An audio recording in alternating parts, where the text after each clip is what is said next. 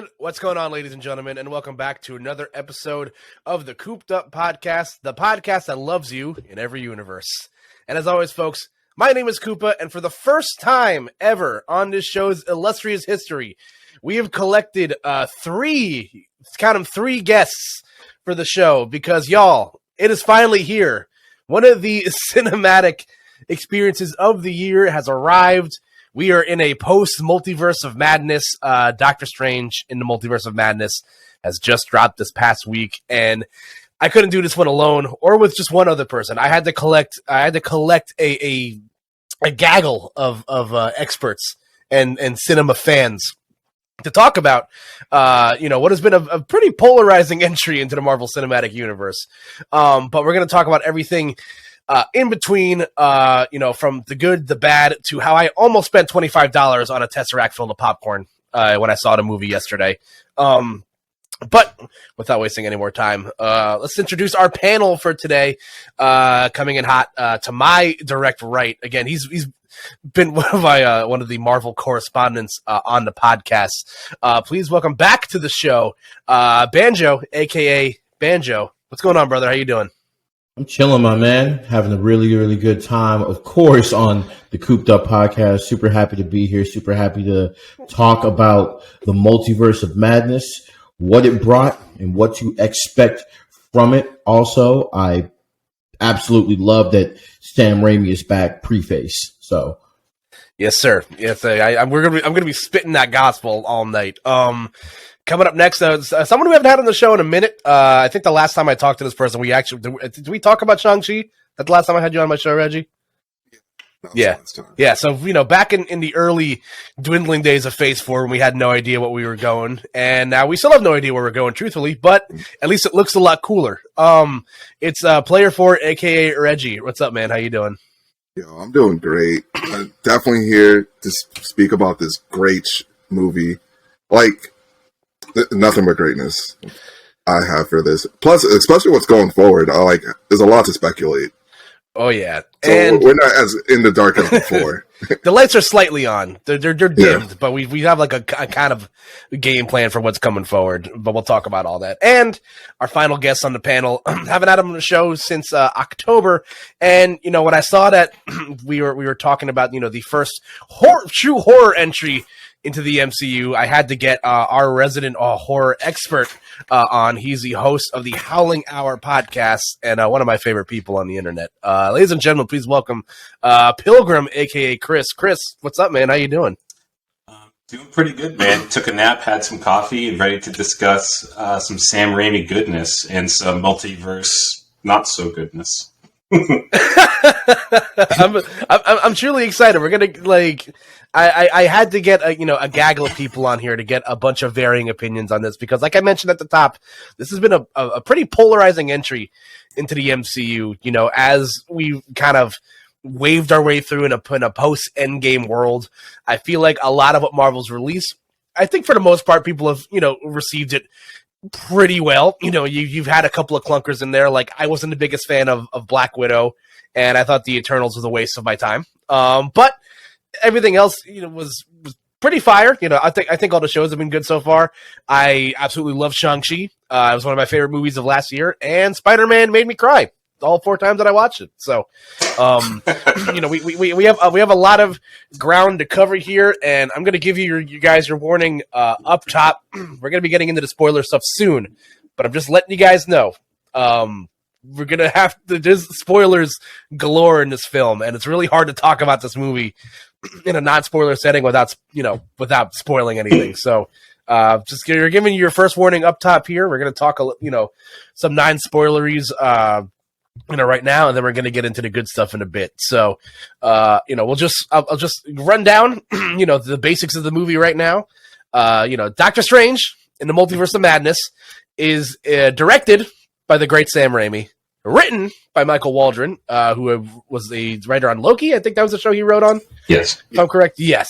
Yeah, he was, again, features a star-studded cast featuring Benedict Cumberbatch, Elizabeth Olsen, Chiwetel Ejiofor, Benedict Wong, Xochitl Gomez, Rachel McAdams, and other people. And it is the 28th film in the Marvel Cinematic Universe, which is disgusting. Again, the film follows the direct. It's a direct result of like 3 different properties, but mostly follows, the end story of Spider-Man: No Way Home and WandaVision, the Disney Plus series that launched last January. So basically, this film was it was a lot to take in. First of all, when they first announced that this was going to be a direct tie-in from the TV show, when Marvel announced that back in their D23 conference, people were kind of like, okay. For the first time ever, we actually have to start kind of paying attention to these TV shows. For a while, the TV universe and the film universe never really played well with each other.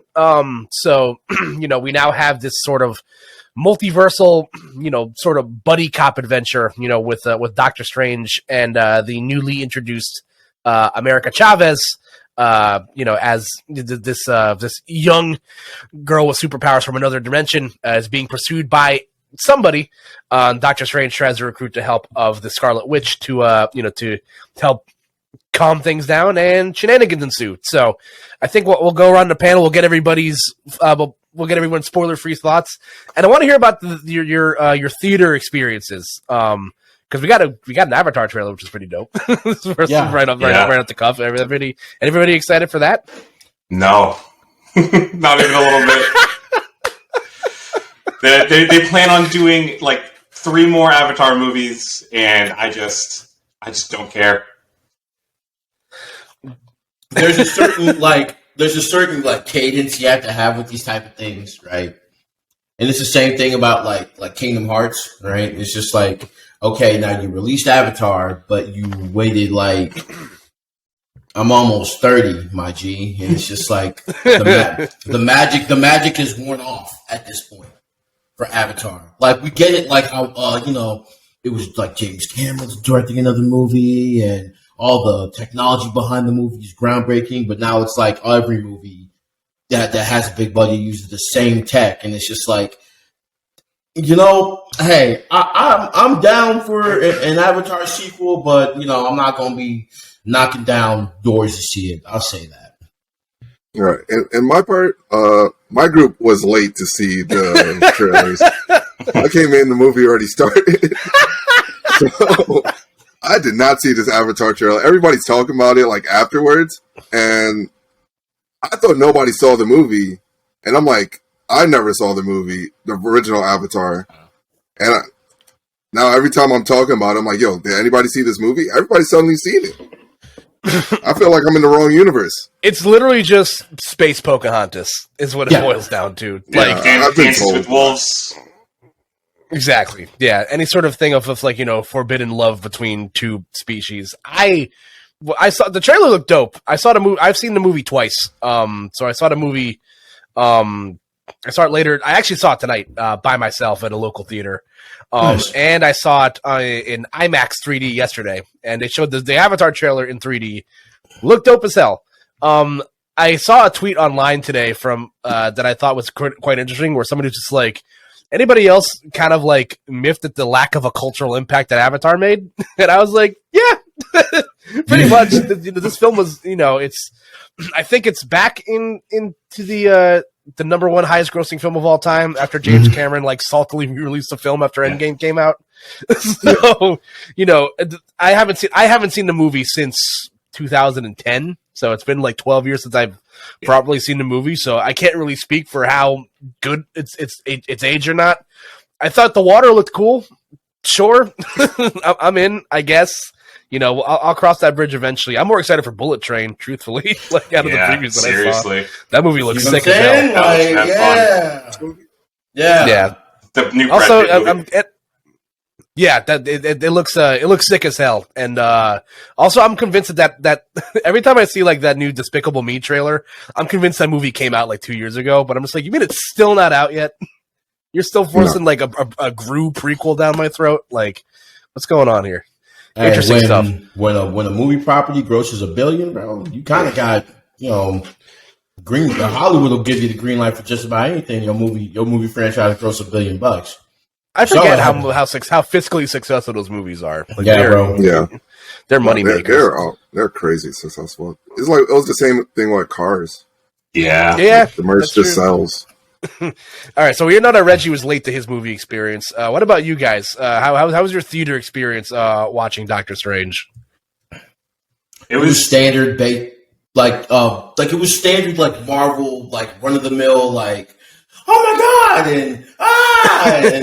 and things of that nature. Like I'm I'm a first generation Marvel movie watcher. Okay, okay, I was there when Iron Man was there. All right, but I mean, like, not to be like glib or whatever, but we go to the movies for these experiences, right? It's cinema, so to a fault, right? In my opinion, so it's like we go to the movie to like have these moments of like, oh my god, it's like shock and awe and things like that, and for me, for my theater specifically, I got to see Screen X, right?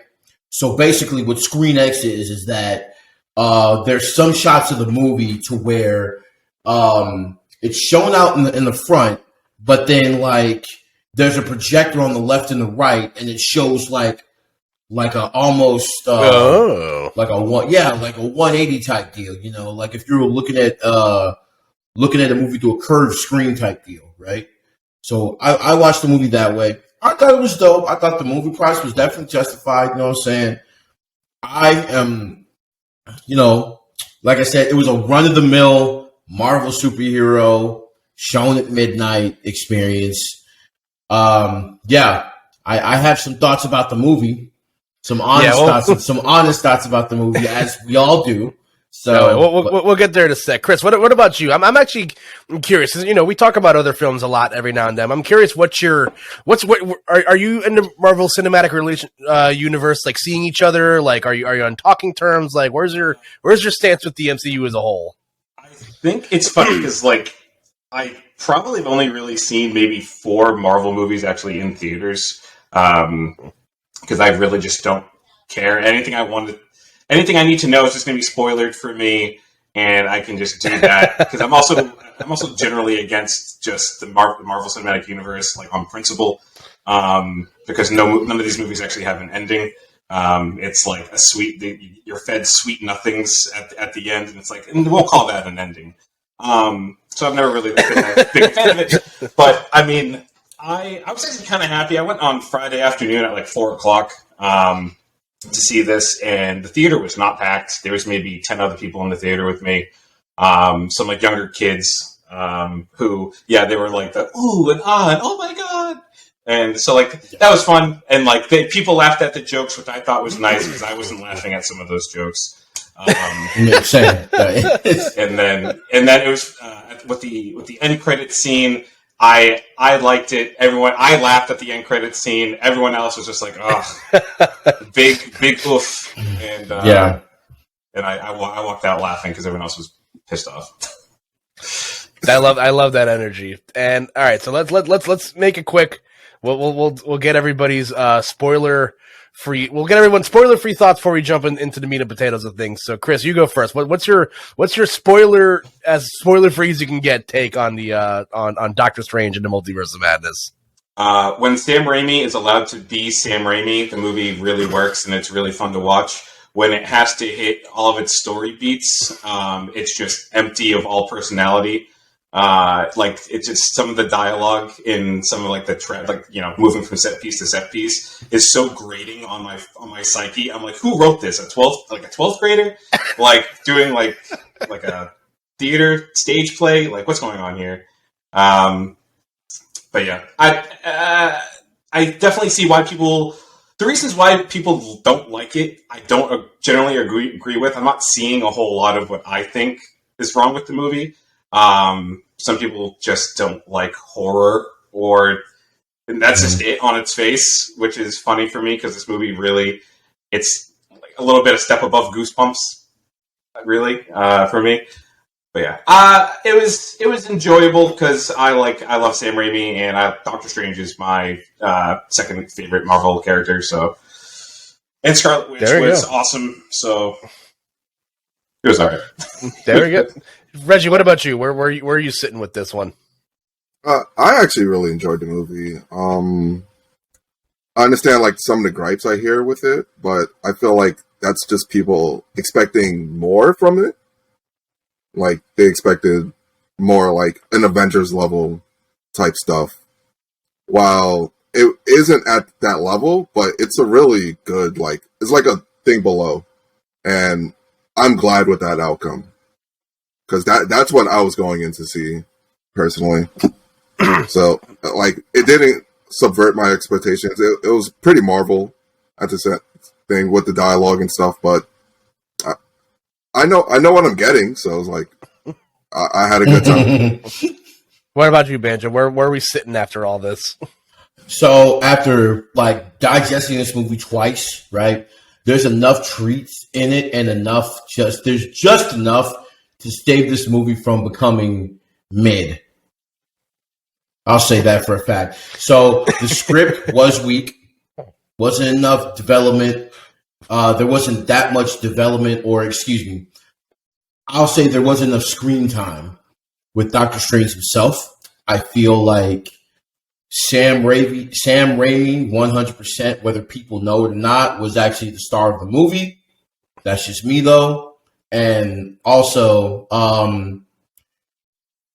I felt like you had to have a certain point of reference, which, in my opinion, that never makes a movie great. If you have to have a point of reference going in, right?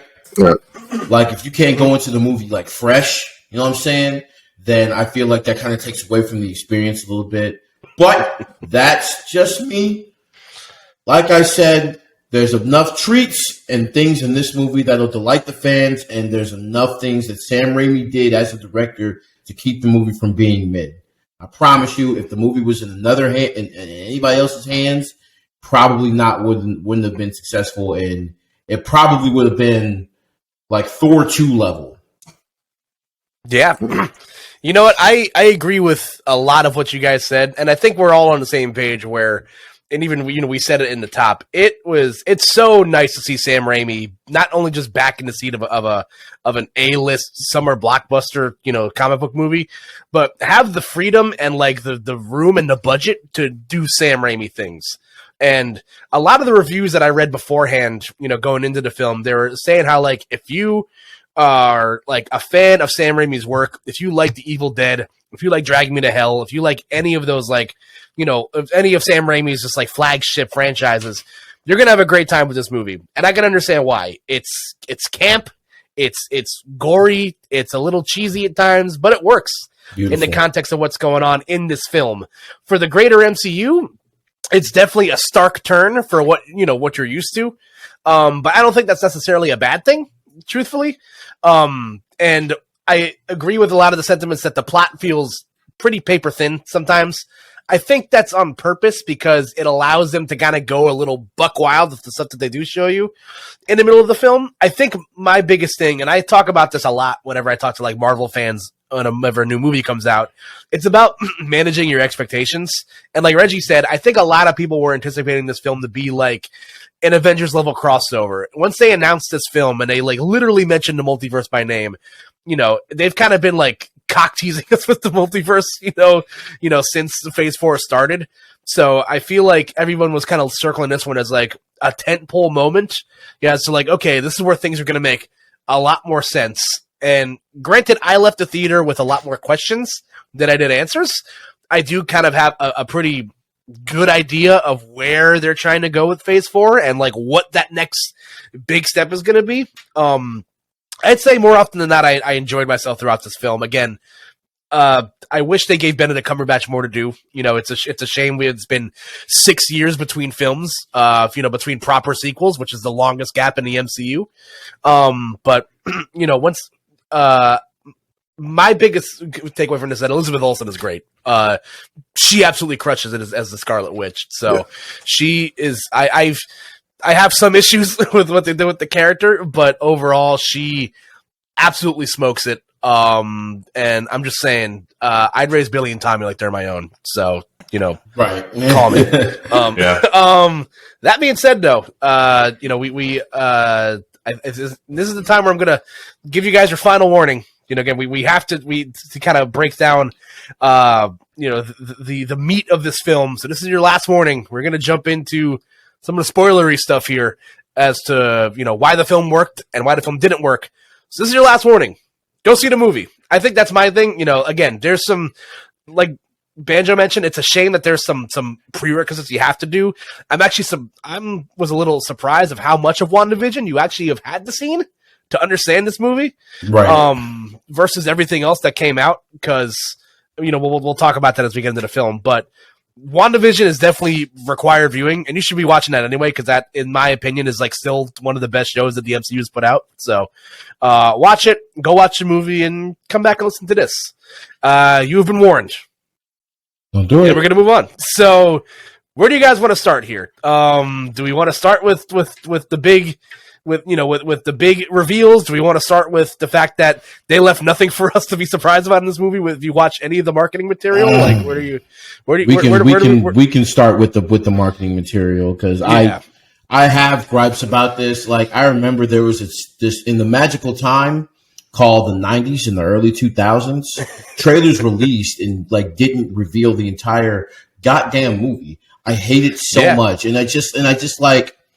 I go to theaters and I expect to see previews, but I don't expect to see, even if it's we did something, we edited some things out. It's just bro, it's a trailer. It's a teaser. I watch these things because I want to be surprised when I watch the movie. I knew that they had the formula for teasers fucked up really bad whenever they did Batman v Superman. And then they literally revealed all of the best parts of the movie in the trailer. And I'm just like, oh, okay, so this isn't going to be a trend. And Monkey's Paw, it was. So literally all the comic book movies have been doing it. And I hate the fact that this movie fell into the trap. I want Marvel, or at least some movie studio, to want. The last movie that surprised me was A Cure for Wellness, because I had no idea what was going on. But and it was great. I like that. But I digress. There was a situation to where I'm watching this trailer and I'm just like, oh, I can make these educated guesses of who's going to be in it. And that just kind of just slowly takes away and ticks at it. And it just sucks. Yeah.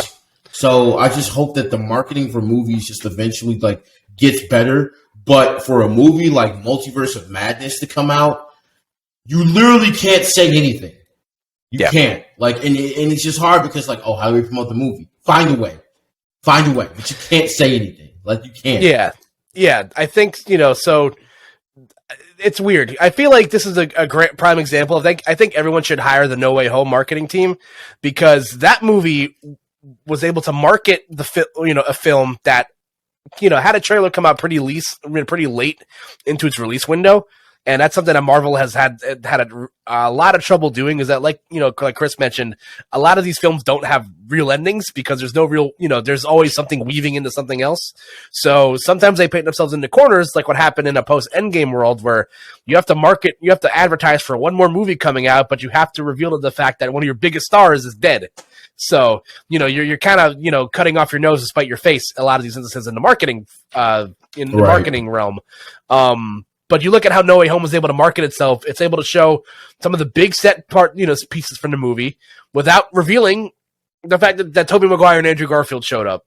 Spoiler if you haven't seen that movie, by the way, and shut up. It's streaming. So, but again, if you've seen, I'm not usually an anti-trailer guy. I think trailers are usually fine, because it's content. But this is the first time where it's like, man, I wish I didn't see any of the TV spots for this, because if you've been paying attention to any of the marketing, you will know that one of the biggest selling points of this movie was the fact that this film introduces the MCU version of the Illuminati. As for who was going to be in the Illuminati was up to debate, but who ends up being on the final roster ends up being Carl Mordo. But it was also a funny joke when he's like, Carl, that's her name? Carl Mordo, the Sorcerer Supreme, a live action version of Captain Carter, which was cool, a multiversal variant of Captain Marvel, and then the three big reveals, Blackagon Boltagar a.k.a. Black Bolt, King of the Keeper of the Terrigen Mist. Reed, the smartest man in the world, Jim Halpert. Reed Richards, played by John Krasinski. And the man in the yellow Zamboni himself, Patrick Stewart, reprising his role as Charles Xavier, Professor X from the Fox X-Men franchise. So before we get into how the marketing completely ruined two of these reveals for me, because I actually got spoiled in a Twitch ad for yeah, I was watching I forget whatever tournament was happening last weekend. I was watching a Twitch ad and they showed a TV spot where you see Captain Carter fighting against Wanda, and then they showed the yellow chair. So I'm just like, bro, what? God, like your movie comes out in a week. I was pretty tight. I was like, they really want to get butts and seats, right? Yeah, that was what they always do. It's just like my whole thing with previews, whatever for movies. Like you got 30 seconds to a minute. Don't go over it, because if you go over it, you're just going to start giving away big plot things. Because I was lucky, because I really had until you messaged me, I was not going to watch this movie in theaters. And I had still somehow managed to dodge most spoilers. I only knew the Illuminati was involved, and I had no idea who the fuck could possibly be involved with that. God bless you. Yeah, so I went in and I'm like, oh, that's cool.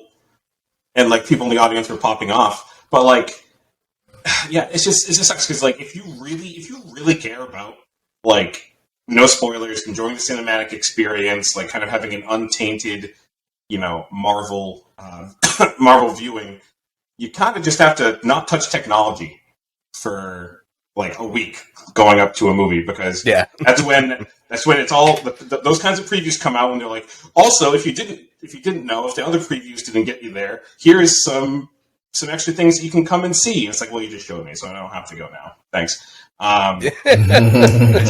It's very infuriating. Yeah. So, but anyway, that aside, it was still cool as hell to see a fully realized version of the Illuminati, who made their comic book debut in New Avengers and their all the way back in yes, they're very swift cup of coffee within the MCU. So let's talk about it. Reggie, you go first. What were your thoughts on the Illuminati construction? There is a lot of debate on who is actually going to be in the Illuminati, because when you look at, I knew that we weren't going to get like a true like comic accurate Illuminati, because some of these characters didn't exist, or they're dead. So how are you feeling after your quick cup of coffee with the Illuminati? Well, like the second they mention Illuminati, it's like pretty easy to start putting who's on the team. Like what the movie spot ruins to Professor X. Like, yeah, I think that's the big one. Then after that is like you start speculating if Reed Richards is on. Right. You have to speculate if Black Bolt's on. Captain Carter's on, because if you watch the Disney Plus shows, because was it What If? Yes. It's like, okay. Yeah, What If turning out to be like kind of crucial to like the matrix of this film, and I'll talk about that in a bit. But yeah, and what is it? You get the Captain Marvel. The Captain Marvel spot's also ruined. Yeah, because of the trailer. It's a Human Torch, bro. It's a Human Torch, bro. No, I liked it when people thought it was Tom Cruise. Like that was the rumor. It was like Tom Cruise, superior Iron Man. He's just gonna be nuts the entire movie. I'm like, I think that would have been. That would have been dope, bro. That universe, whatever alternate universe, got Tom Cruise, and he's just Iron Man. I think they're living. That guy's crazy on set. They're making movies because of us. What was it like? I wish it wasn't spoiled as much. It was spoiled for me more so because through YouTube. Yeah. Nonetheless, like I had it on autoplay, and apparently Indonesia movie theaters broke Street Date, and the entire movie ended up on my autoplay. Because of the internet, bro. Because of the internet. And I wake up to this movie and look like 24p, and I'm just seeing the Illuminati fight, and I'm like, what the heck's going on? Entire thing's on YouTube. Oh God, bro. That's It's not terrible. even like a hidden name. You could just search it. It's like right under the trailer. It's like, oh, That's crazy. Banjo, where are you feeling with the Illuminati? Just the entire, the cast, what ends up, we'll get to what ends up happening to them, but like how are you feeling, with the proper introduction of, one of the bigger team ups in Marvel Comics. So I'm definitely feeling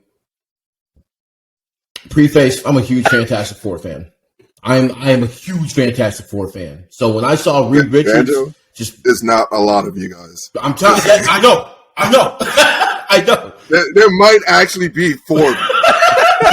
And I'm one of them. I love the Fantastic Four. Listen, I'm telling you, bro. So when I saw Reed Richards as John Krasinski as Reed Richards, it's just like, bro, y'all just straight up fan casted it. I love this. This is amazing. But I fucking hate y'all because the trailers revealed Professor X and Captain Carter, and it's just like, bro, you're Marvel. Y'all gonna fill the seats regardless.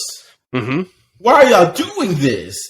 But I think it's really cool, and I'm pretty sure the guy who played Black Bolt in that god awful Inhuman series on it's the same guy. It's the same guy. It's the same guy, and the fact that they gave him another shot to just come in and quickly reprise the role, actually just playing Black Bolt to a T. I feel like that's amazing. I'm loving Monica Rambeau variant as Captain Marvel. I love that absolutely. You know what I'm saying? And I love the fact that Doctor Strange was on the Illuminati too. And but like I said, Tom Cruise as Superior Iron Man, that would have been dope. Take all my money. I wouldn't be teetering on this movie if that cameo was in it.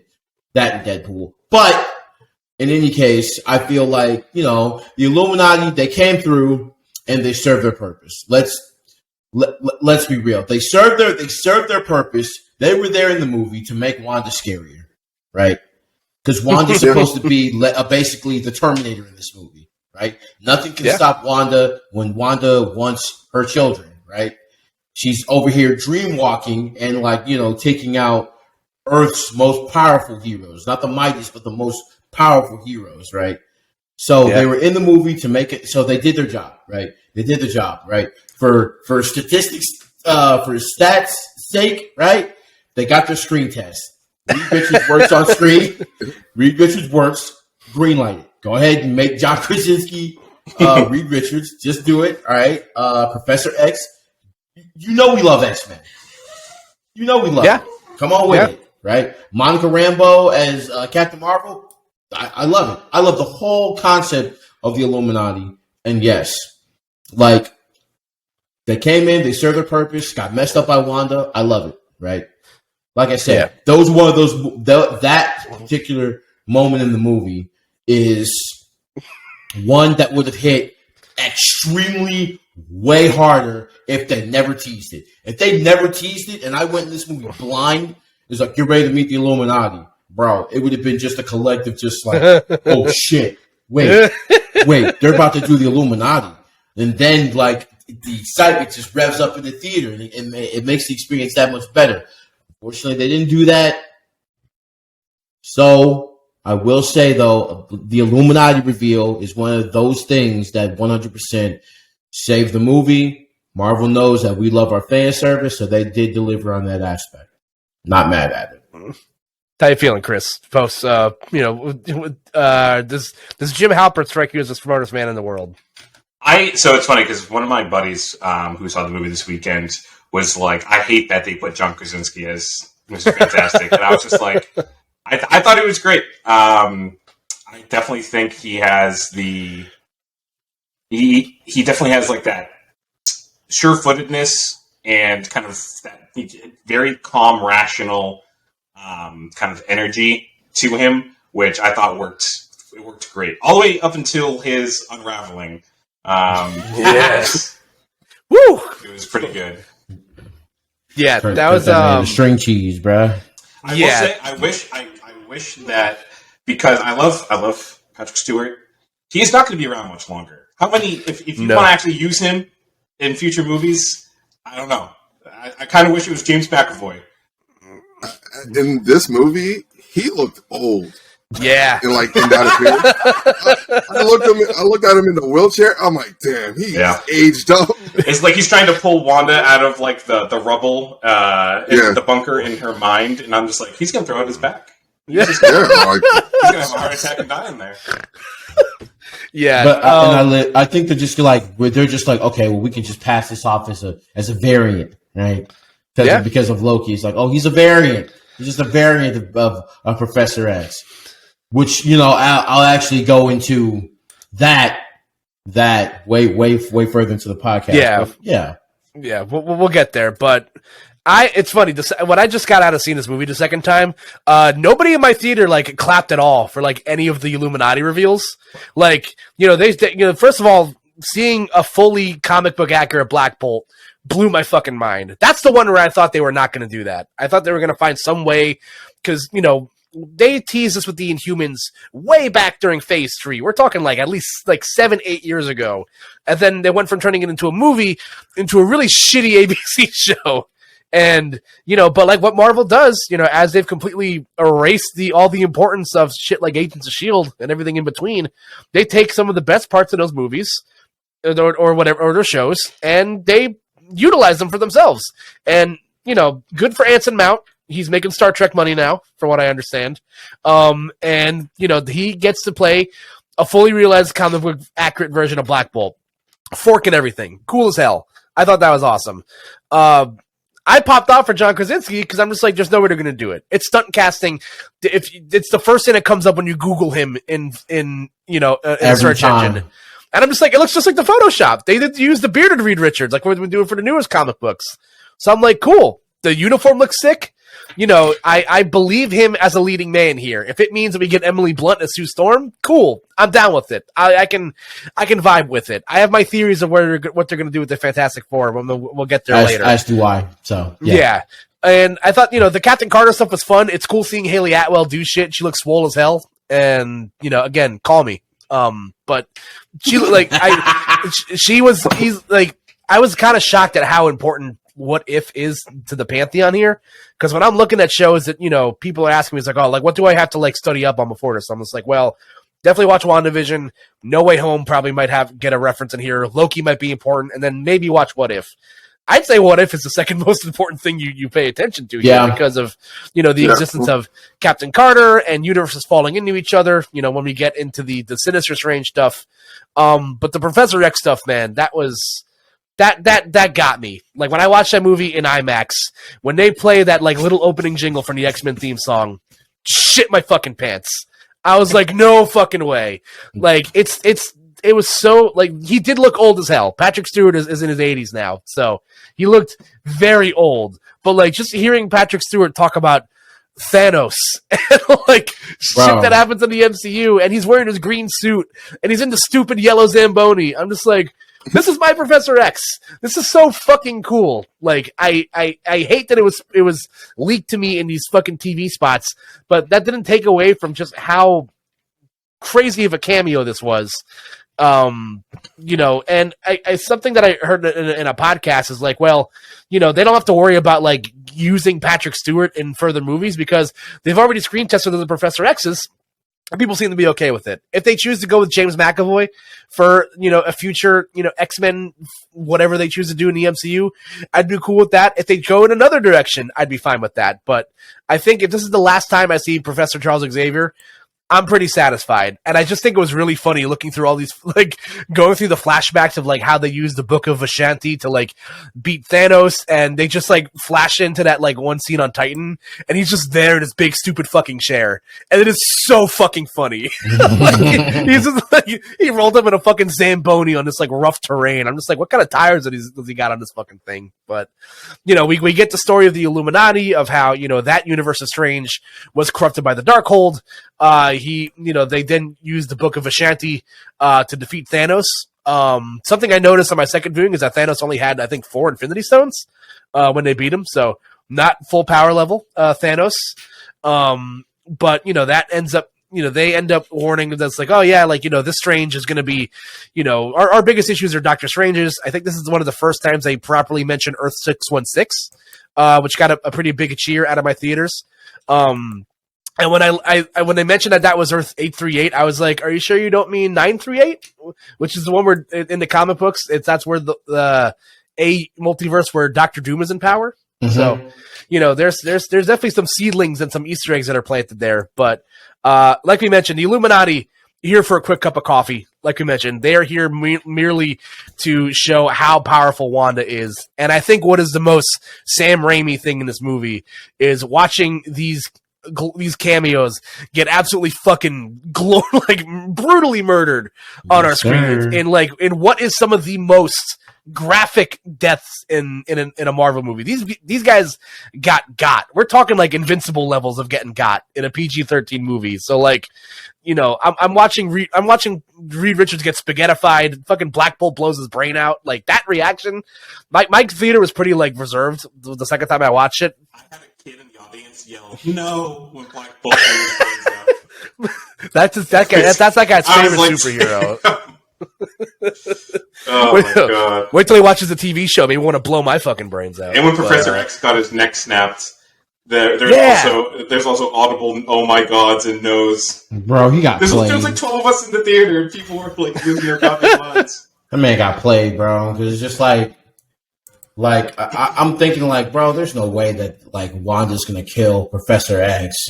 Professor X is based off the House of M. He's the guy that helps you, and he's just like, nah, bro. I just don't get why he didn't immediately do that to her, and everyone just swarmed her. Yeah, he was the last one to step up to the plate and just got bapped. It's like, come on, man, you got to get on site. You gotta. That wheelchair only moves so fast. He's only got a couple speed settings on it. He shouldn't have stayed for that conversation then with the rest of the Illuminati. Shouldn't I got to get going now. Do you think they have ramps in the back? Do you think they have ramps in the Baxter building? Well, he hovered, so True. So it's stairs wouldn't be an issue, right? Yeah. And even if they were, doesn't he have a posse of original X-Men? Well, not Jubilee, but the other ones. Yeah. That's true. Also, just real quick, that's when I realized that they were gonna probably mention something in the Fantastic Four. The second Rachel McAdams mentions oh yeah, I work for the Baxter Foundation. I was like, as one of 4 Fantastic Four fans on planet Earth. My friend was like, "Why are you freaking out?" I'm just like, "You don't understand, man. It's right there. It's right Marvel's there in front first of us. family, bro. Come on." Yeah, they charted in the '60s. So also great joke. But yeah, I think. If, like we mentioned, if this is just stunt casting, I'm fine with it. I would be kind of miffed if this is they finally give us John Krasinski as Reed Richards, and then they just kind of don't do anything with it. But like we mentioned, they can kind of pick and choose what they want to take from this stuff, because it's a multiverse movie. So they can kind of write it off as oh, it's a variant of Reed Richards. I've read some pretty insane fan castings of as John Krasinski, all the way to Dennis from It's Always Sunny, Glenn Howerton as Reed Richards. But you see the comparisons, it's I see it. Yeah, and his kids exist. So I mean that implies the existence of Franklin Richards, which implies that Nathaniel Richards, aka Kang, is not that far away. That being said, though, I thought I was talking to my friends afterwards, and they were just like, "What was Mr. Fantastic going to do to a witch? Stretch at her?" That was kind of a dead on arrival thing. I don't know why he tried to frontline that.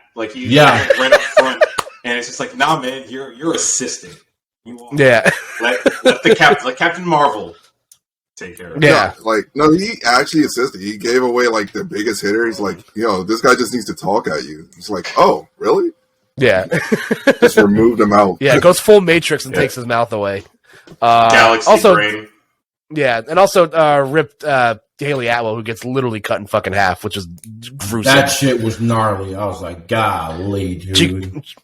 Can you do it all day when you're cut in half? Probably not. But that being said, I wish that they didn't show so much of the Illuminati stuff. I think is what we all kind of get at here.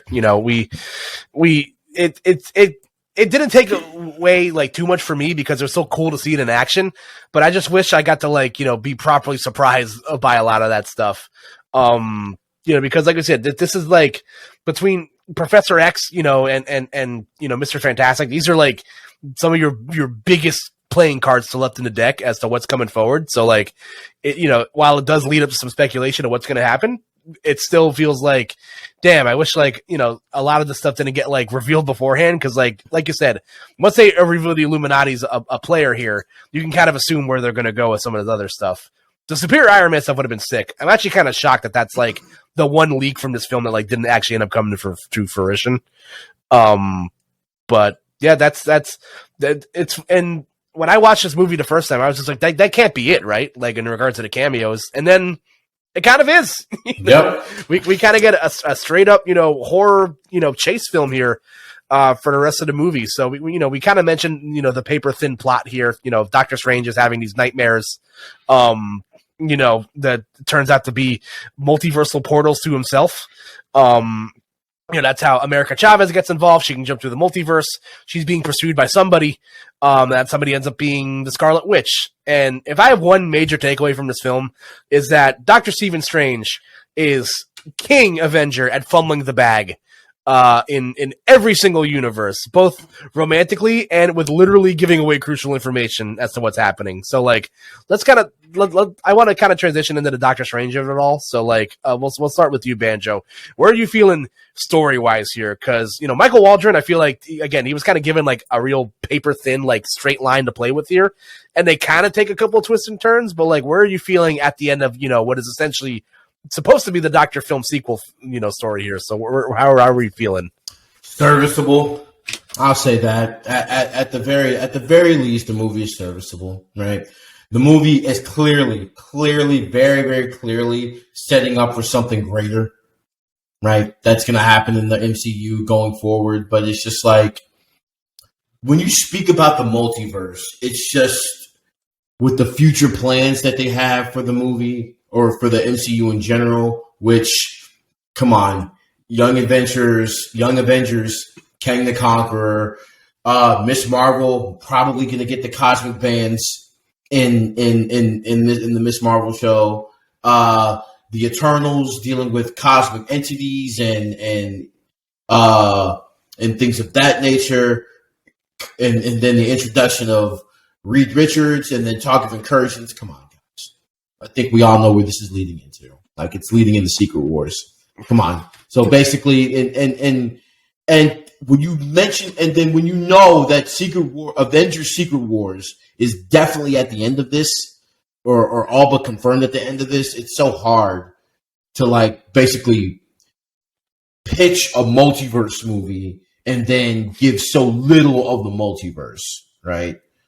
So Doctor Strange. So when it comes to the plot, like, you know, I feel like just delving in just a teensy bit more about like Doctor Strange and what he's about, and also just like him exploring what it like, you know, that whole he had that whole saying of like, oh, it's so hard for you to let go of the knife. You have to be the one holding the knife, because the theme of the movie is about control, right?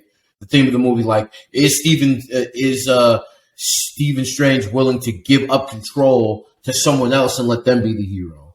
Can, you know, America Chavez control her powers to save the day?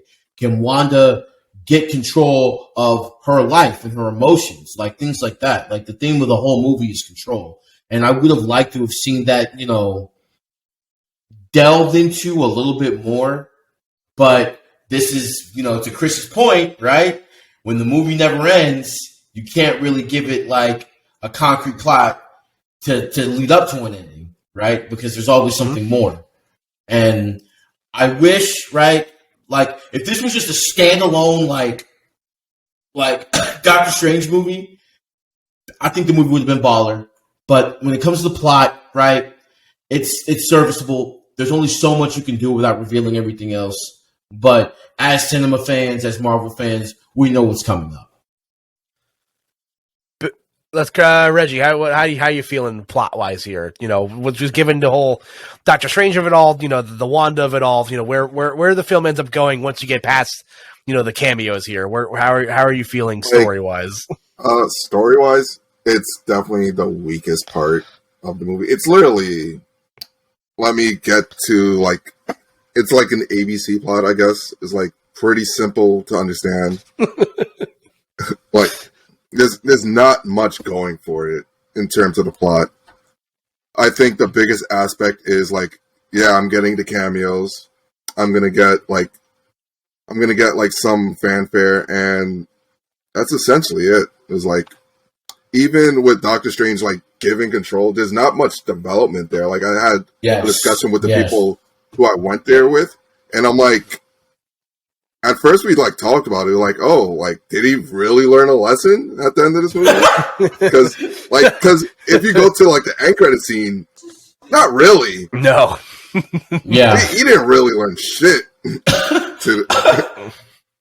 At the end of the day, he still used the Darkhold anyway, and it's just like, yeah. So I was okay, cool. Wanda was kind of right about him, and that's all I got from it. And for 30 minutes leaving, and I'm like, oh, wait, he gave America the power. That's what Marvel's trying to tell me, but yeah, nah, I was but back to the plot is okay. If this wasn't a Marvel movie and these were unknown franchises, unknown characters, this would have been a C-list horror movie in terms of quality and things. I think it being a Marvel movie bumps it up by so much. Damn, my name alone, bro. Damn. Yeah. Damn. What'd you, Chris? How you feeling? So I agree with Banjo. It's kind of, you got your three characters. They all struggle with kind of control. My big problem is, the story just kind of repeats itself over and over again for the entire runtime. And then when the movie decides it's time for them to get over their shit, they get over their shit. America's just I can't do it. And he's just you can. You've known all along that you can do it. And she's listen to zombie me. You're right. And then she goes and she kind of hits Wanda a couple times and still actually doesn't even do it herself all the way. I don't know. That was my whole thing. I also kind of thought the story with him and Christine was kind of played out already. Right. So I didn't that was literally, that felt very shoehorned in order to just have her, the alternate universe, her do a lot of explaining, and also to give him a little bit more padding to his own story, because really the story isn't about him, it's about Wanda. Yeah. He's just showing up. Yeah. It's not even really about America either, because it could have been about anything, because the story's about Wanda wanting to do her thing, as she's kind of the villain here. It's all about her and what she wants, and everyone else is just showing up to the party to get bapped. Yeah, pretty much. The thing that stood out to me is that when I'm looking at the three top billing people in this film. By the way, kind of as much as I enjoyed Mordo in this film for his cup of coffee, I don't know why he got third bill over everybody else in this movie. Right, because he plays such an integral part in the first movie. Yeah, and I'm just and I read some leaks online that were again, I'm not I'm going to stray away from the leaks. It is kind of funny to see where things are right and where they're wrong. And there's a leak that was oh yeah, Wanda's going to kill the 616 Mordo. And then that's how you find out she's bad. And I'm or Stephen Strange is going to give away all the chips on the table in the first checks notes 10 minutes of the movie. And then that's how you find out she's the bad guy. But I think in regards to who has the most complete story here, it kind of is America Chavez, because it's you get introduced to her and she's by the way, I'm looking at the second time I watched this movie, and I said this even when I watched it the first time, I'm just she's a young person with superpowers, she can't control them, and they only come out in increased heights of emotions, and I'm just you're trying to tell me that she's not a mutant. She's literally a mutant. So it's I don't know, and I feel bad for Michael Waldron. Again, I loved Loki. I think Loki is up there as like one of the best that Disney Plus has put out, and It's the way that number he was three, able to integrate, 100%. as the way he was able to integrate, write that story, it was great. And this film was subject to a lot of shuffling around. It was subject to a lot of reshoots. So who's to say what could have been different here? Given if the release schedule was different.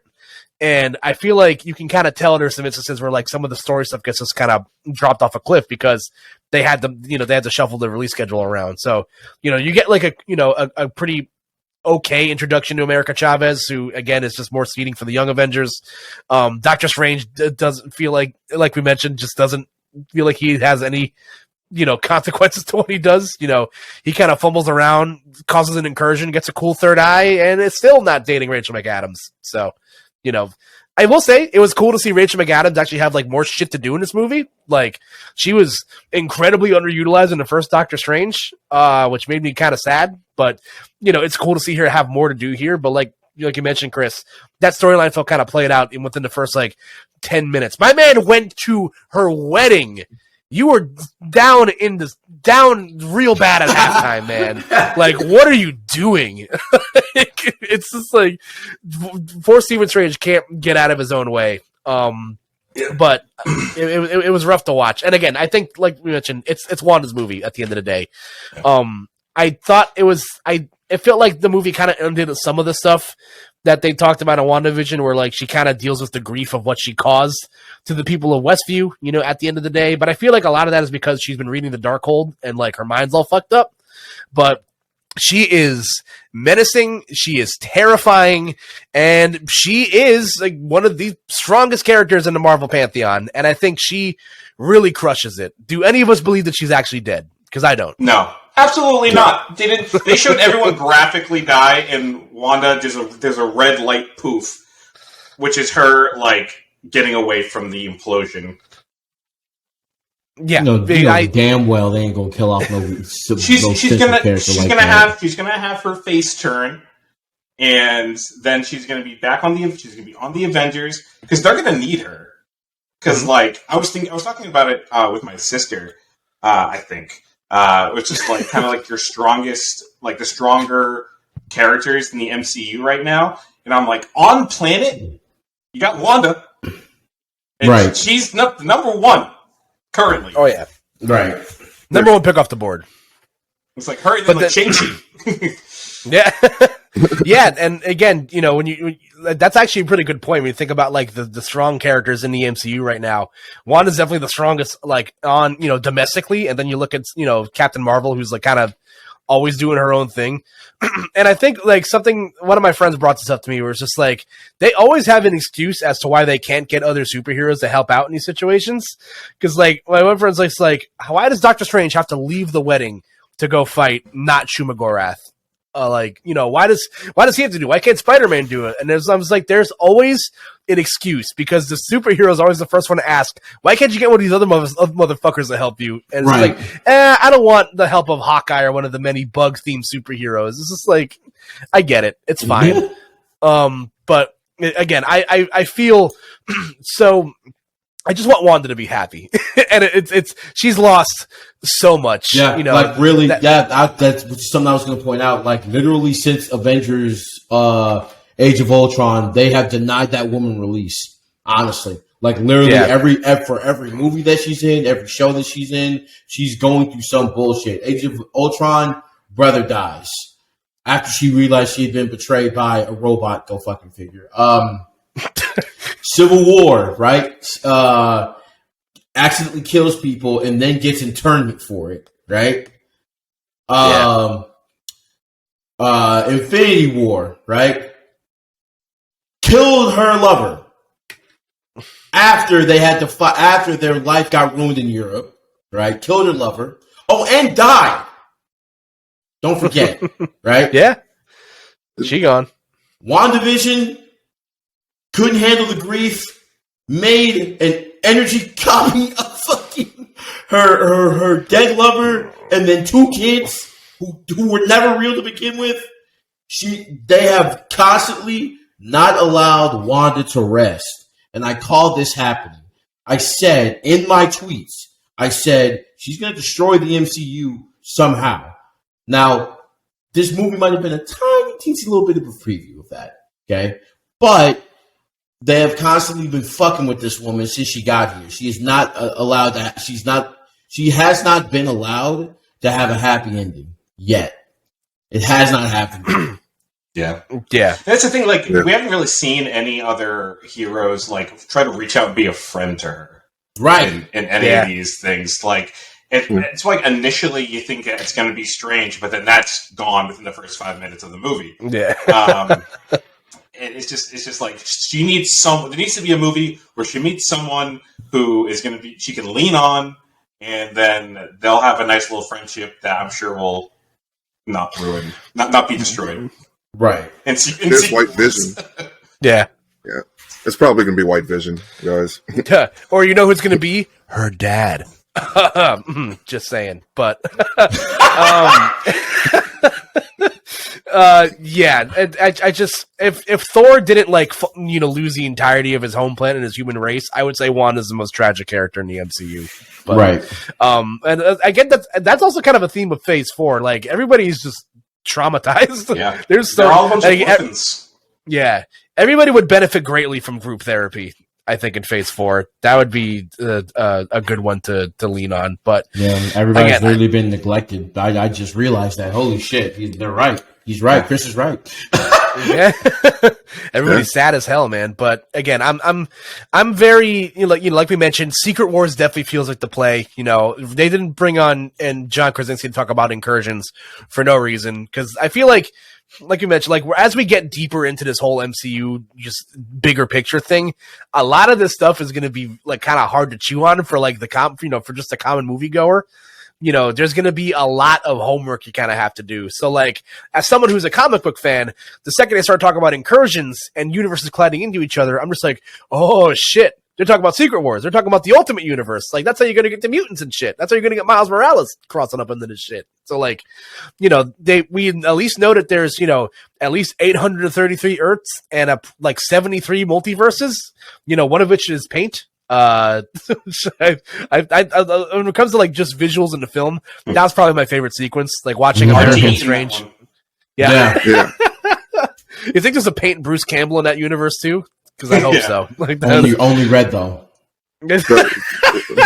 Only red. If when the paint came on, I thought I was getting a Splatoon trailer.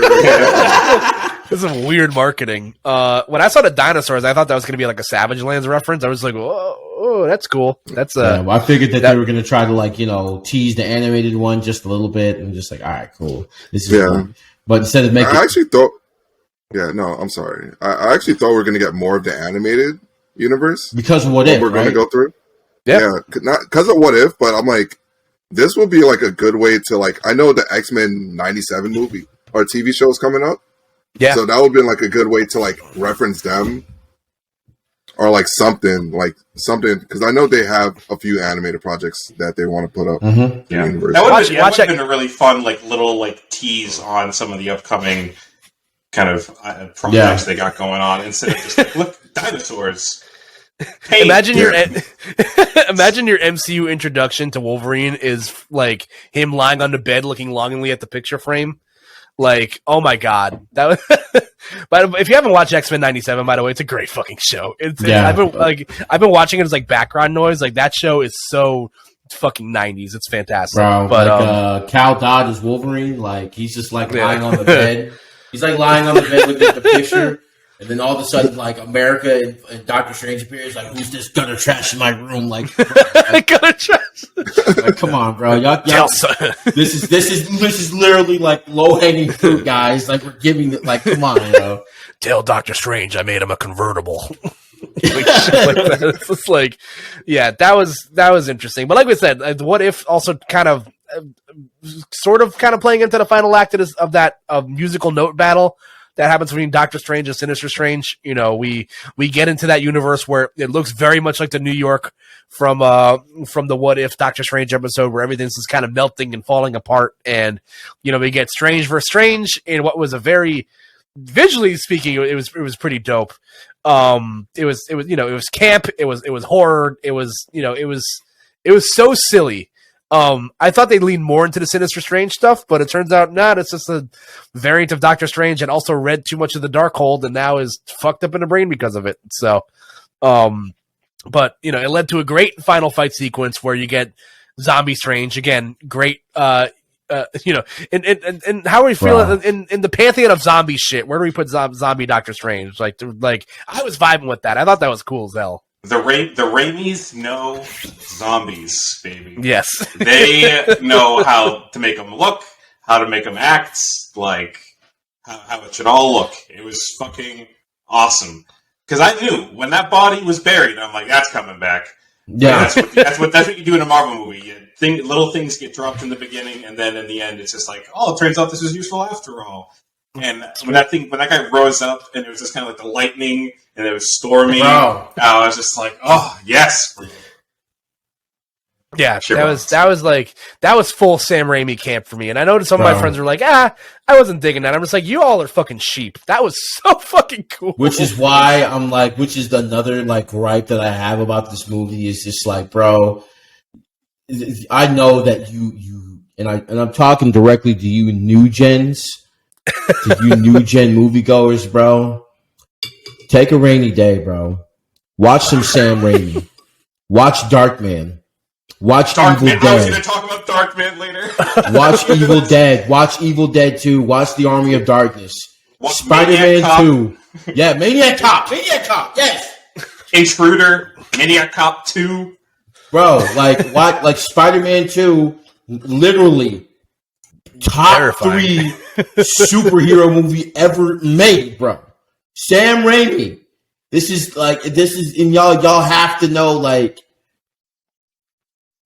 having him back and just like Chris said, like having him back and just letting like having everybody just get out of his way and just let him do his thing. And when that zombie scene happened, I'm like, bro, this is vintage. This is wow, this is so great, bro. Yeah, it was campy 80s, you know, horror, and I'm just like, this is so fucking sick.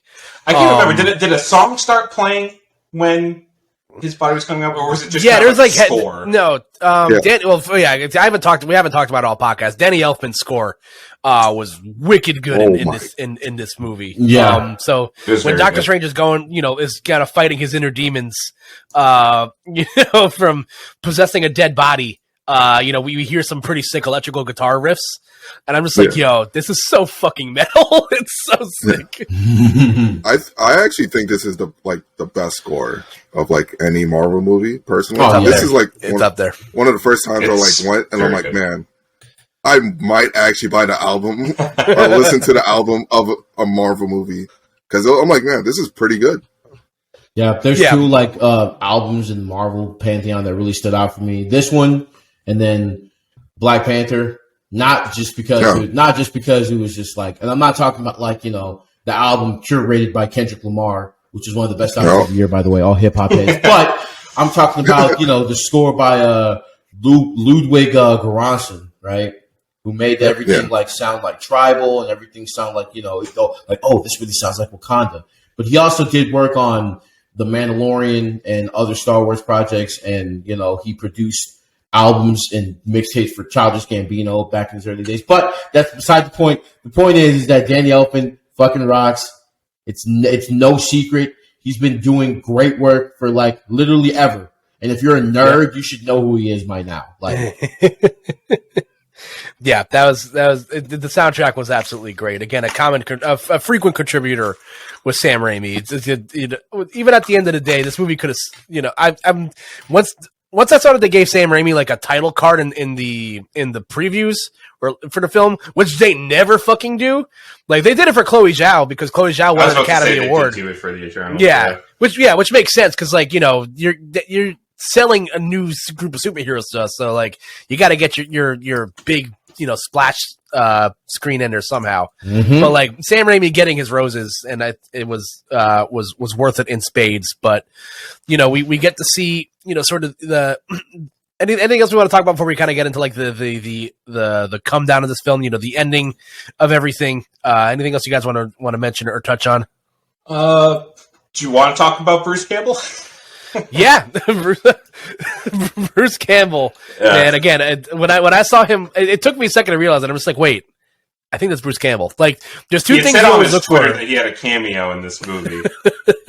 as the Pizza Papa. I'm personally welcoming the existence of pizza balls in our future. Truthfully, this is where you end up. Good.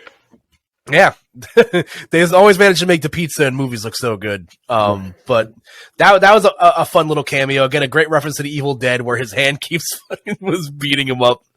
That was so, like when his hand started punching him, I was just like, I love everything about this. That's why the movie was kind of like go at a lull, like because like all that the walk and talk that was going on when they got to that universe was like mind numbing, and then there was like a fun Bruce Campbell thing, and I knew that like when it, like that joke, like with this, he was like, "It's gonna wear off in like 3 weeks." When it never came back, and I was waiting for the end credits, I'm like, I wonder if they're gonna. Because I didn't know. I was like, I wonder if they're gonna do something with that, or like something's gonna happen. And then Nice. His face. It's over.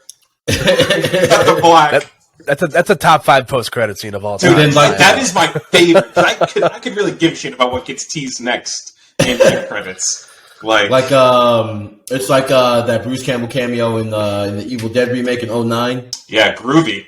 Yeah, bro. It's just like little small things like that. It's also small things like that Sam Raimi does, like the crash zoom ins, like every time that there's a moment, like they were so good. When there was like 5 different things happening on screen, and they were all like kind of faded in and out at different degrees. I'm like, I love you, Sam Raimi. This is I feel like I'm in a fever dream right now. Yeah, I think of that chase sequence in the tunnel where they're trying to get to the Book of Ashanti, and they close that third door behind Wanda. That's where I got like legitimately jump scared for the first time in the movie, where it's like they're standing there. I'm just like, I hate horror movies, man. These motherfuckers think that this third door is actually going to stop Wanda, and like they slow everything down. They're like zooming in on everyone's face. I'm just like, this is so campy and so fucking like so retro, and I'm just like, I fucking love it. And then I got jump scared. I'm like, God damn it! It's like, you're so fucking good at that. Like, oh my God. Reggie, what about you? You got anything else you want to mention real quick? We'll go around the horn one more time before we talk about the ending and the end credit stuff. So, no, you guys really like touched the points. The only jump scare for me was it when Professor X actually died. Yeah, that was only scary. time the second it like waited, I'm like, yo, he's dying. And then I'm like, and then the red mist, and then it just happens suddenly, and she just snaps the neck, and I'm like, you got me. Yeah. You don't expect the neck snap because she's been doing all this other shit, and then she just fucking just absolutely destroys him. Yeah. Well, I usually go to the movies with a group of like friends, and they hate horror. Like, I don't mind it. Weak. Yeah, no, they're pretty weak. Like, it took me all my power to make them watch it. Yeah. So it was like, and they don't want to watch anything else, any other horror. They like, yo, if you're not picking the movies unless it's an MCU movie. And I'm like, okay. But yeah, no. I enjoy some horror. I like watch some of the Evil Dead stuff. So all these references back to like the older movies, I enjoyed for the most part. What about you, Chris? One more time before we get to the post credits. Anything else you want to touch on? I think my favorite, like Sam Raimi kind of leaning into the horror aspect, was when Wanda first possesses herself, dreamwalks into herself, and like everything kind of slows down. It's like zooming in on like the peas on the plate and like all this stuff. It's very, that's my favorite kind of horror. Is like there's something wrong here. It's like you understand that part. That part has one of my favorite scenes because she looks at the cup and it's just waves. Yeah. And I'm like, this is so cool. Like it completely jumps to your head. Yeah. She does, and she alludes to Jim Halpert being in the movie because she does a Jim Halpert staring into the camera. So that was great. I forgot about that. Yeah, she looks right into the fucking camera. That's so good. Yeah, Elizabeth Olsen batting 1,000 in this movie. I just wish she'd put some shoes on because my God, like it's fucking filthy. It's been like she's walking across glass. Yeah, she's going full Ethan Hawke, the full time. Banjo, what about you? Anything else you want to touch on before we get to the? I was actually about to say like the whole like they that scene where Elizabeth Olsen like looked into the camera, and it's just like, oh, like now the audience realizes that she's been taken over type shit. Direct reference to Evil Dead 2 if I've ever seen it. If I've ever seen it, like, and I'm just like, oh my god, bro, this man Sam Raimi says, y'all let me back into Hollywood. That's what I'm about to do. We're about to eat, dude. Like right when she like starts the dream walking sequence, and like you see her like creep around the stairs, and then she like hides back. I'm just like, ugh! Like I'm like again, I have a love-hate relationship with horror because I love it so much. It's one of my favorite genres of movie. It's never gonna stop, getting the reaction it gets out of me because I am terrified of fucking everything, and that's I'm a glutton for punishment. Like even like this is some pretty like light stuff horror wise. It's for MCU film. It's graphic. It's definitely there's some people got real hard in this movie, but like it's oh god, I just love it so much. But we eventually arrive at the end of the film. We are rebuilding Kamartaj from the ground up.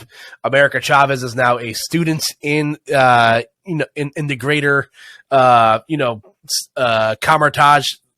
sort of setting with all these, wizarding students.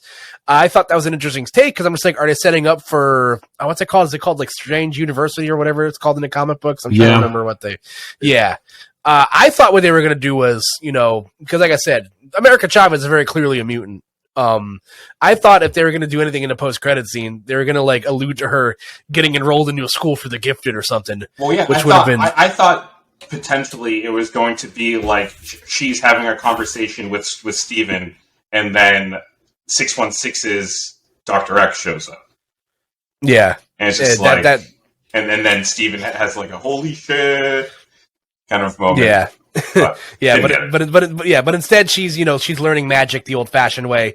They're gonna tuck America Chavez away, for whatever Young Avengers becomes a thing. So again, the aforementioned Miss America. We go to Stephen Strange finally fixing that watch. I listened to a podcast on my way home from the movies, by the way. That watch in real life costs like $24,000 or something like that. Holy shit. Yeah. Your girlfriend brought that for you, Steven, and you fumbled the fucking bag. You're a terrible fucking boyfriend. He was vain. He was a vain man before he got his hands messed up, bro. She bought that on a doctor's salary. On a nurse's salary, of all things. Bro, what are we doing? Like, God, that's rent. Incredible stuff. Yeah. But then, rent plus, bro. Yeah. So we flash forward to Doctor Strange walking through to the sidewalk to maybe get a tuna melt or something, and then cue the music. You find out that Stephen Strange is probably corrupted by the Darkhold in some capacity. So you get the third eye open on the forehead. The credits roll. Great credit sequence, as they usually do in these mid-credit scene, and we get introduced to in the mid-credit scene. We learn of an incursion occurring in 616. And we are introduced to the sorceress Clea, played by Charlize Theron. Mm-hmm. She alludes to Doctor Strange, like, "Hey, you started an incursion, so you're gonna help me fight. Are you gonna help me fight this shit or not?" We cut open a rift into the dark world, into the dark dimension.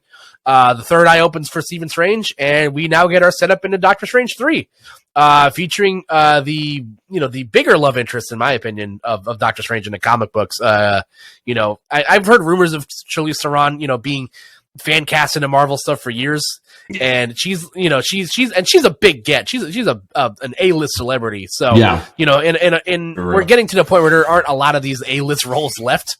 But she's gonna be playing a pretty major player moving forward, and we now have the existence of an incursion into 616. So that's even more fodder for Secret Wars. But I'll start the question by did anybody recognize off the cuff who Cleo was? Because I'm Doctor Strange is kind of like a light. It's not my strongest suit in regards to Marvel Comics, but like I saw that purple outfit, I'm just like, okay, I can get behind this. I'd be remiss if I said I knew who she was. I knew who the fuck that was, bro. I had no idea who Cleo was. I was just like, okay, it's Charlize Theron, right? And then the buzzword started happening, incursion, and I saw the dark dimension. I'm just like, oh. This should be interesting. But I did my research, and I'm just like, hey, this character does set up quite nicely into Doctor Strange 3. So No, no complaints on this end. Like I said, Charlize Theron, just big get, like you said. Yep, the niece of Dormammu. And the Sorcerer Supreme of the Dark Dimension, I believe, if my memory's serving me correct. But yeah, so how are you guys feeling? In again, we get the Bruce Campbell, end credit scene where he's finally done slapping himself after 3 weeks, which was fun. Again, it's up there with like Cap turning the chair around as like a great like end credit scene, because like everybody's always, like we mentioned, they're always wondering what's coming next. I think it's kind of fun to just kind of live in speculation for a while, because there's another movie coming out in 2 months. But yeah, Reggie, how are you feeling? Are you excited for Clea Strange in any capacity? I was the only person that popped off when she came in. I'm like, man, I don't know the actress. I saw the character and I'm like, holy shit, it's Clea, and she's like, what was it? I like Doctor Strange. She's the current Sorcerer Supreme in the comics right now. Okay, there you go. Doctor Strange is no longer alive for the time being. Right. We know comics. He will be back. Doctor Strange will return, as aforementioned. So. But I'm like, she's a really dope character. So when I saw her come, and then she said incursion, I'm like, and the Dark Dimension open, I'm like, okay, we're not getting a Doctor Strange movie until right before Secret Wars in my mind. Right. Yeah. Because there's no way for them to talk about incursions and then for everything to be solved and have like 6 movies in between. So I'm expecting like another 6 years for a Doctor Strange movie, to be honest. Yeah, that might be like the Thor Ragnarok leading into Infinity War, where it's like that's like the last stepping stone before we get to the real crazy shit. What about you, Chris? Again, as a casual Marvel viewer, are you excited for any of this? So I didn't recognize the character most of the time when these like characters get introduced like real quickly in these end credits scene.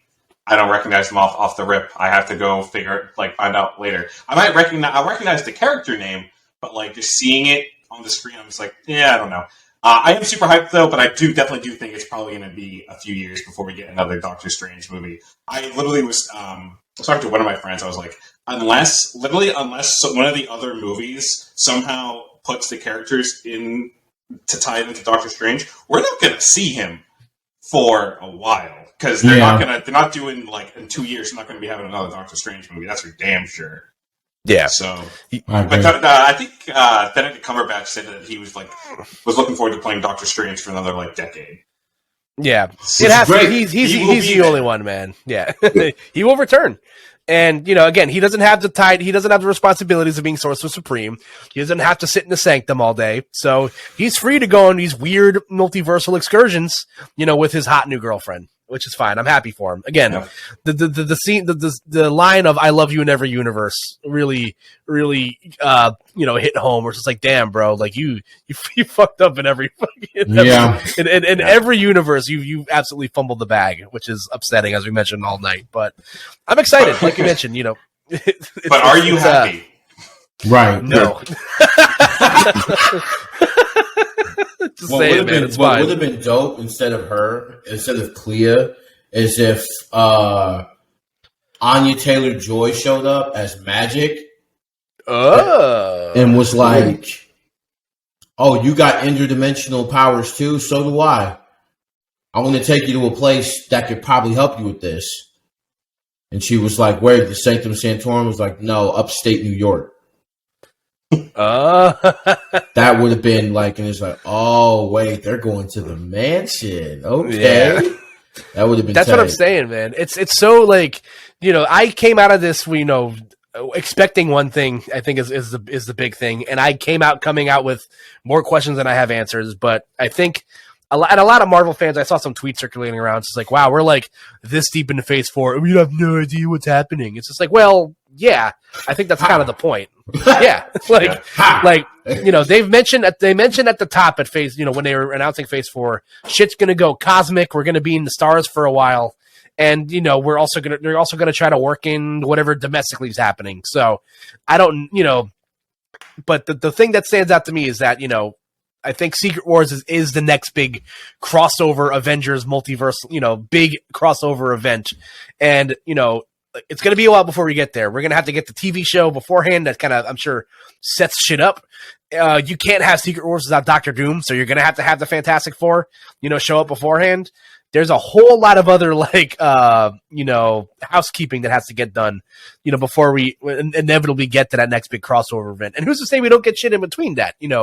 We could be getting the Young Avengers before that, whether in movie form or in a Disney Plus show, which I think makes more sense. We're probably going to get some reference to the a mutant, at least Wolverine, because Wolverine is also crucial to Secret Wars. So, we're going to have to get to some introduction to the mutants instead of just in glorified cameos or characters that are not mutants but mutants. So, I'm excited, and I think if I'm circling on my calendar, which of these films is going to be like the next big thing, it has to be Ant-Man: Quantumania. You already have the allusion to Kang. Kang is already confirmed to be the big bad in that movie. We haven't seen much of Kang since Loki, and I'll spin it this way. This is a fan theory that I read online, and I've kind of agreed with it. I think that's where you get your Fantastic Four introduction.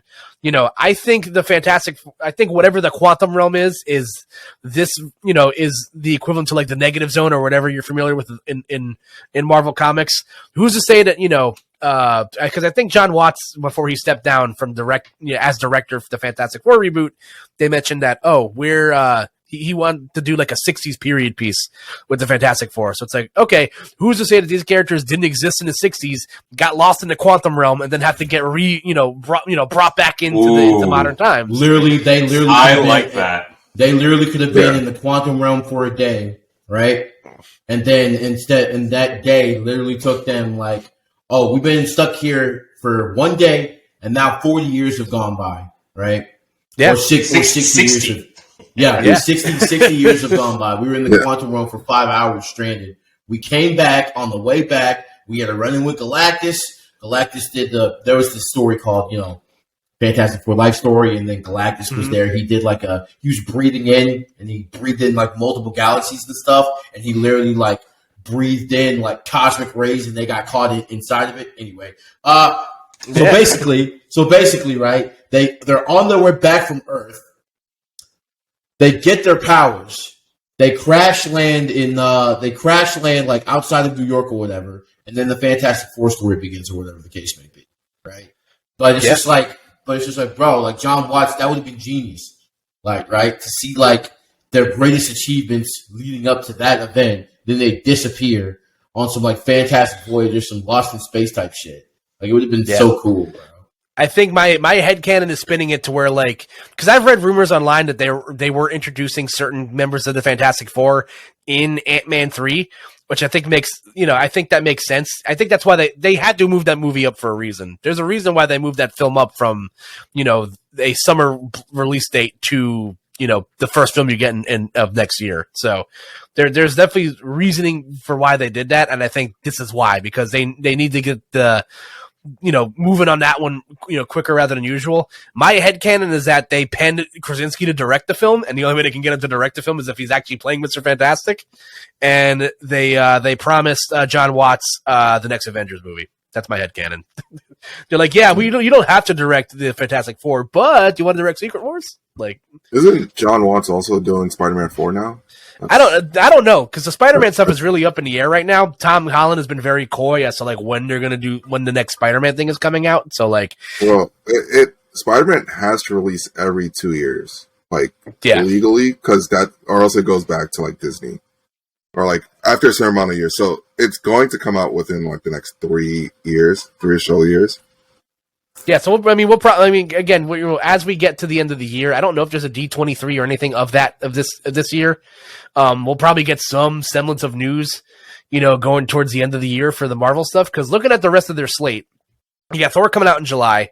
I don't know how consequential that's going to be, in the greater picture of things. Although, maybe we'll probably get introduced to like Beta Ray Bill or Hercules or like any of these. Please introduce Beta Ray Bill. Please. I think Thor has potential to be really like big to like for like a multiverse scale, because isn't the bad guy like Gore the God Butcher? Yep, played by Batman himself, Christian Bale. So yeah, no, like, and I know what Sony wants to do is introduce what's his name, not Gore the Guard Butcher, but like I'm forgetting his name. The King of Darkness. Oh, Like the guy that made all the symbiotes. Oh yeah. No. Yeah, Null the symbiote. So like that's what Sony wants to do, and they want to do that. They want to lead like Spider-Man into that. Okay, That's like so they the want to rumor. lead Spider-Man into the King in Black. Okay, Yeah, which I'm with that, but these last two Venom movies have been absolutely garbage. Sorry to anyone who likes it and who has also seen it. I'm sorry. I mean, Morbius isn't the best movie of the year. Oh yeah, bro, Fuck, like man. $300 billion. Morbius madness, baby. Yeah, Morbius bro. sweep. Morbius sweep. and Wong coming soon, bro. Get more Scarlet Witch. What was it? I love all the fake Doctor Strange leaks They're so with funny. Morbius in them. Oh god, dude, just They're some of the funniest things. It's like, yo, this is dope, and it's like it's Morbin time. I love Morbius meme culture. Also, fun fact: there is a universe where Jared Leto, I think, screen tested for Doctor Strange, and oh boy, that does not. That would have been weird. Word. I mean, let's be real. We were this close from getting Joaquin Phoenix as Doctor Strange. Oh yeah, you're right. Which would have been also an. I think it would have been. I think it would have been fine. I think that would have been fine. That would have been good. I just want to see You one of just would these. have never got Joker. I want to see one of these auteur like actors just have some fun for once. You know what I'm saying? Yeah. Like I want to see Daniel Day-Lewis in a I fun was just movie. about to say Daniel Day-Lewis comes out Like, of retirement, baby. Like he's like everything that Daniel Day-Lewis has been. He's like some reserved artist, like some like hardened like political gangster from New York. Like I've abandoned my child, like that guy. He's always like some like serious, like, oh, I'm taking the art serious. This is me, serious art, serious. I'm just like, bro, like every actor has that like stint where they do like, like a couple of fun movies. I would love to see that out of like something like a Joaquin Phoenix or a Jared Leto or Daniel Day-Lewis even, bro. Like Just give Jared Leto Doctor Doom. Yeah. No. God, no. Leave Doctor Doom alone. I love Doctor Doom. Or just have Jonathan Majors play Doctor Doom, because that's Bro. the thing in the comics. Bro. Jonathan Majors, Dr. Doom. Bro. Hey, they should have had Javier Bardem play Otto Octavius in this universe. Oh, that would have been so sick. In the MCU, just saying, man, that would have been crazy, a little crazy. But it's kind of crazy how important the casting and the nailing of Doctor Doom is. Because, like, if Doctor Doom is messed up, the MCU kind of goes to trash. Like, yeah, it's a fine line with a lot of these comic book movies, because with a lot of this stuff, you can't ruin it. You only have one time to get it right. Case in point, and of course, this is standard for every Koop'd Up podcast. I'm going to shit on DC because they made bad decisions. Batman v Superman. You only get one shot, and then but then you decide to ruin two of the greatest comic books ever, and you did it in 2.5 hours. It's amazing. It's record time. It's wild. Like, and it's just like, when it comes to Marvel, it's just like they take these careful steps to make sure, like, hey, this is the right person. This is your Spider-Man. This is going to be Blade, right? This is going to be your Doctor Doom. I don't care. Like, Doctor Doom just has to have that gravitas and that just like stern, like, sureness and like dictator side, like, type deal. Like, yeah. I want him to talk in third person. Yeah. Oh, honestly, if Doom does not. Yeah. I kind of wish, like, so he's already the Riddler, but I feel like Paul Dano could do a really good Doctor Doom. He could just lean in. He can lean into anything. I agree. I just want Doctor Doom to talk to me about science again, but I watch those bad Fantastic Four movies again for the joy of it. Except Fantastic, that movie sucks. Yes, awful. So, but again, looking at the slate for what we got going forward, we got Thor coming out soon. Miss Marvel drops in about a month. I think exactly a month, actually, from the recording of this podcast. Black Panther 2 is still slated to come out this year. biggest question mark, right? I won't like that movie is right up there with Flashpoint with me. It is not a real movie, and I won't believe it until that movie is actually in theaters and I see something for it. But we got a whole bunch of stuff in between there because again, we don't know a whole lot of because with how the series are going to tie into stuff. Secret Wars is also still supposed to come out this year, supposedly. I don't know if any of that shit's actually true. They'll probably push some of the stuff back, but in the greater pantheon of things, I think I'm still pretty jazzed for what we got going forward. I think the last question I'm going to pen is, we all kind of are on the page where like, Patrick Stewart is just mostly just a glorified cameo. He's not going to be the MCU's version of Professor X. Do we think that John Krasinski is just a stunt casting, or is this actually like this universe's, Mr. Fantastic? Banjo, you can go first. This is real, bro. Like what they're going to do is they're going to shave that man's face. I'm with the headcanon that they're going to make it a period piece, which would be fucking fire. But like honestly. Like they're gonna shave that man's face. They're gonna go ahead with John Krasinski. Like they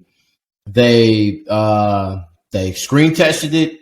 It's being well received right now. The suit looked good too, by the way. I want John Krasinski as the classic blues with the navy blue gloves with the big old 4 on the spandex, bro. I need it. I need some Stretch Armstrong, and that man is it, bro. John Krasinski is Fantastic Four. I need it in my life, straight up. Chris, what about you? We in with John Krasinski as Mr. 1000%. After seeing it, I really don't see anyone else being able to get that kind of fan reaction. What about you, Reggie? Are we both feet in on John Krasinski? I dove in.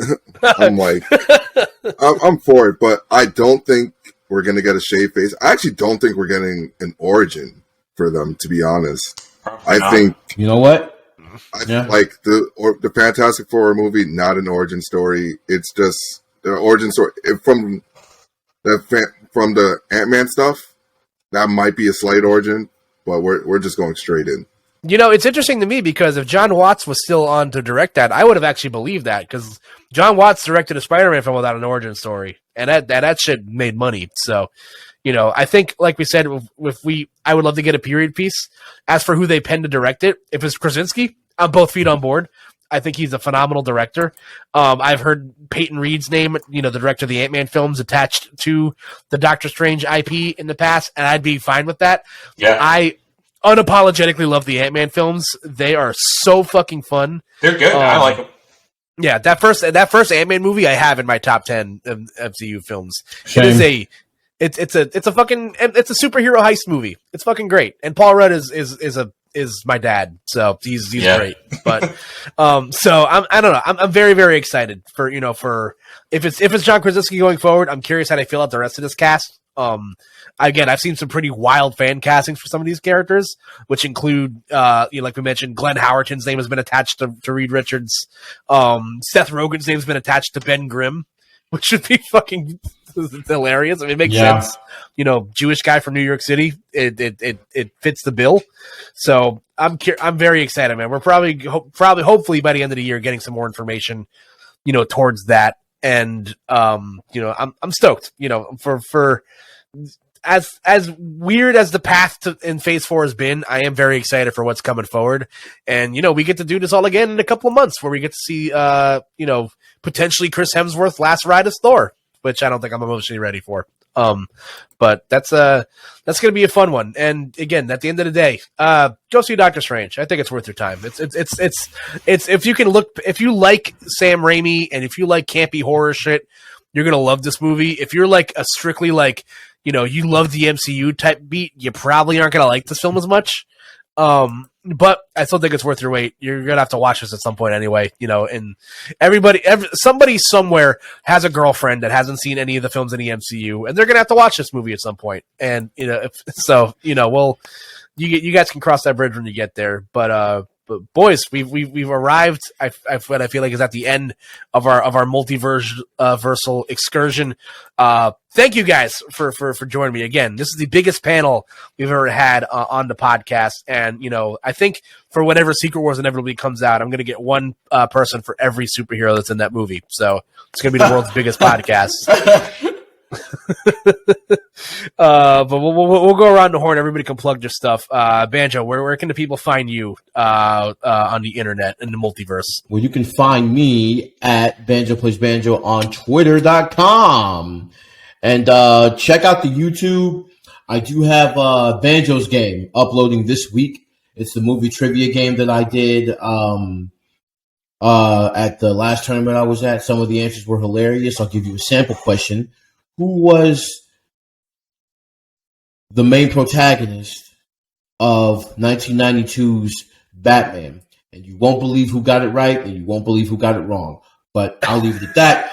But you guys can catch that on YouTube this week. The answers are hilarious. I'm really glad I did. I'm going to be doing that the next tournament I go to, which is Combo Breaker. So I'll see you then. But for now, at Banjo Plays Banjo, Twitter.com. I love that shit. Chris, what about you? Where can the people find you in the multiverse? You can find me on Twitter at Pilgrim Yelling, and you can find my podcast, The Howling Hour, at the Howling Hour _ on Twitter and Instagram. We're also on YouTube. On a bit of a hiatus, I'm moving in about a month, and so I've been kind of just dedicating time to getting that stuff put together. I want to do one more episode before I move, but we'll see. It's a horror movie review podcast for people who are into that stuff. I've had Koopa on a couple times. It's been fun. And Chris has done a couple. Yeah. Done and done, by the way. That's a crossover I need. This is what my podcast is for. It's for bringing people together. It's the Avengers protocol for podcasters. But also, I highly recommend listening to Chris's stuff, especially if you've done a couple of the big Sam Raimi films. So I mean, by all means, check it out. It's one of my favorite podcasts to listen to, and I'm not just saying that because you're my friend. So we're out here. Homies supporting homies. Reggie, where can the people find you in the multiverse? You can find me on Twitter under player_4. The L's and I, so Pier _4. Same with Twitch. When I found that out for the first time, my brain, like, a la Reed Richards getting spaghettified, my brain fucking exploded. So yeah, I know. I think it is the best optical illusion. Yeah, I got. It's just an uppercase I, and everybody gets tricked by it. Yeah, whenever I try to find you on Twitter, I'm just like, how come this isn't working? I'm an idiot. Yeah, I think my nearest event is going to be like the Yoshi's. It's kind of a smaller event, but after that, I'm like MIA for a bit. Yeah, I'll be back in the near future. I feel that. Yeah, you can check me out if you feel so inclined to do so at Koopa NJ across platforms. I am on a bit of a hiatus this month. I'm just kind of taking some time off to do my own thing, do some more podcasting content. I do esports commentary every now and then, so check your local listings for whenever I might be showing up to a town near you. Also check out the show at Koop'd Pod across platforms. We got, everybody in this call has been on the show at least once. So if you guys want to hear, what Chris's favorite Halloween specials are, or Reggie's thoughts on Shang-Chi, you can check all that shit out on the show. And you can check us out at wherever you get your podcasts, Spotify, Apple Podcasts. I'm going to start uploading the video feeds like on YouTube at some point. I finally figured out how to do multicam editing. So we're getting there at some point. So you get to see a bunch of dudes chilling in their rooms, talking about movies, which is I think what we all look forward to in these trying times. But check us out. We're also on Patreon. You guys get early access to the show. I'm going to start like really paying attention to the Patreon stuff, coming forward now that I got a little bit of off time from Smash event stuff. But yeah, that's going to be pretty much the show this week. So you guys will, again, thank you guys again for joining me. Thank you guys at home for listening. And we will see you in the multiverse, folks. Have yourselves a wonderful time and take care.